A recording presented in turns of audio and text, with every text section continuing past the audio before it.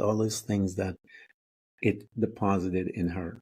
We want to access. Why? Because it's going to help you and I to become better human spirits while we're here on this planet. And so we want to do this. And so she's coming here to offer both to us. And so we want to honor her and thank her. Andrew, thank you so much for coming to Threads of Enlightenment. Thank you so much, Ken, for having me. Thank you very much. I'm very honored and pleased to share this time with you.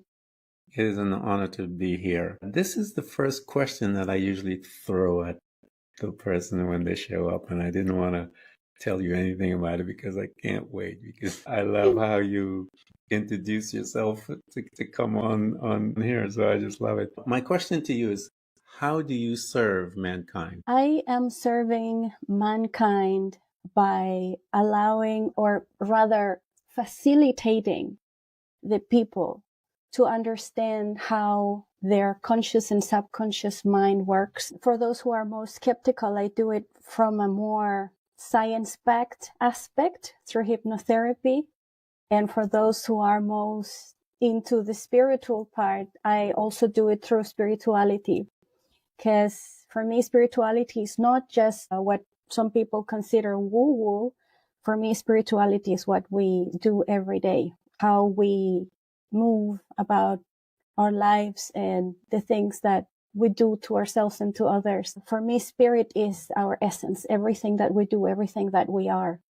So when somebody comes to me asking for assistance or in need of assistance, I like to combine these two worlds of something that is greater than us, that is this universal energy that is being channeled and funneled through us through this vehicle called body, and the wisdom of our mind and our subconscious mind as something akin to a divine mind that lives inside of us. As we are all fractals, we are all pieces of this divinity that are moving around on earth. And so this is how I would like to assist, and how I'm assisting people to overcome from a very, very deep point of our wisdom, your wisdom, everybody's wisdom, inner wisdom, to overcome any kind of traumatic experience or narrative or belief that was programmed into the subconscious as an absolute, that maybe drive us to feel anxiety, stress, burnout, or beliefs that we are not enough, or beliefs that we need to have and to do things in order to be worthy. So I would like to think that I'm somewhat a connector, a disconnector, a connector. So I'm disconnecting you from the 3D matrix and connecting you to a higher understanding and wisdom about yourself. And that's the journey, to disconnect us from the limited mind to connect us to the unlimited mind. Yes. That is the piece. And it's usually we approach the two because we come with what we're trained with, and the conscious approach to cross that bridge. But I tell the people the only way you can cross that bridge is by faith. But that's Yes. okay. We'll continue. We'll talk about that as we go through. And so as I mentioned to you on the onset before the show, that we have these locations that we visit as we are processing and walking through this linear life as they deem that we should be walking. And one of the very first space that we visit is that a location that's called the home, the family. And at this place is where we began to learn several things. We learned communication skills, we are learning relationship skills, we're learning all these different things there, behavioral skills. And most of those happen through trauma.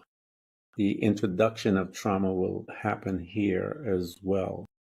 What was your family unit like? Well, I grew up in Chile in the 1980s. Mm-hmm. So that was during the dictatorship, which made everything very different to what you would call a normal life or a normal growing up. The first two words I learned to say were fly and bomb.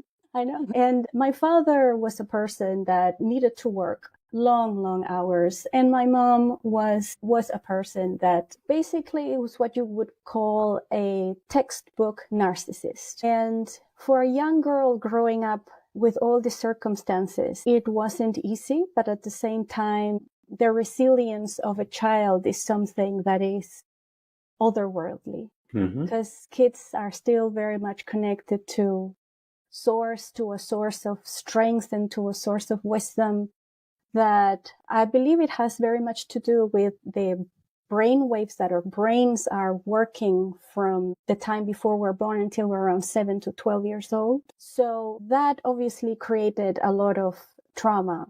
And our subconscious mind is so wise that I didn't have access to all those memories, absolutely 100% of those memories, until I started healing. I started coming out of trauma. And everything that I learned, how to move about life, emotional intelligence, how to interact with other people, whether it's work, whether it's romantic relationships, other people from family, it was all under those lenses of having grown up being told that I was never enough, with a mom that did not want to be there and was performing a job because she had to. So obviously, as a child, I found ways to entertain myself and feel good. So I've always been very inclined to the arts. So that's what I did most of my growing up, lots of art, whether it was painting or performing or music. And I believe that this trauma was also kind of the trampoline that helped me reconnect or connect even more with that divine aspect of me. Because since I'm very young, I've had what you could call a lot of metaphysical experiences. So I was constantly interacting with energies, receiving messages, or hearing things, or sensing things. I could dream about things that were going to happen either the next day or many years after, because there are things that I dreamt about when I was a little child that happened after I left Chile. So that was like 20 years after. Wow. That gave me the way that made me feel was like I had something greater than myself having my back at all times. Yeah. And so no matter what my mom or any circumstance would throw at me, I had this other extra energy, like parent-like energy that was always telling me, you are worthy, you're enough, you are beautiful, you're creative, you're lovely. And so I had these two kind of currents running my life. That is very insightful. And I think young kids, the younger, I think they're more in tune with the subconscious being of themselves than we are, because they don't have all the distractions like we do as we begin to get older. All the distraction, there's a couple of things that they do and we do as we are younger. The arts, the ability to engage the imagination, which is one of the most powerful tools out there for a creator to use. And that's who we are. When one engage the imagination, it's the beginning of their creation process.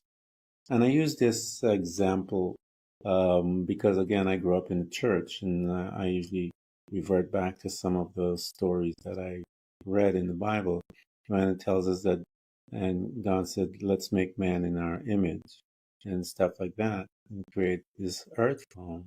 I ask people, where did that come from? It had to come from his imagination. He had to have an origin point. And then when that origin point was there in his imagination, then he began to take the steps necessary to make that thing a reality.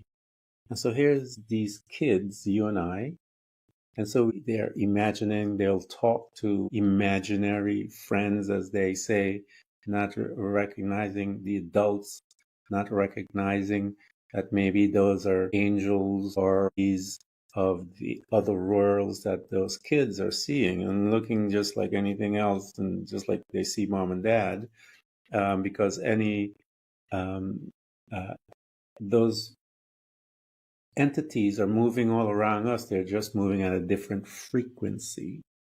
But they're all over the place. We just don't see them because they're at a different frequency. But that child, because they're in tune with that subconscious being of who they truly are.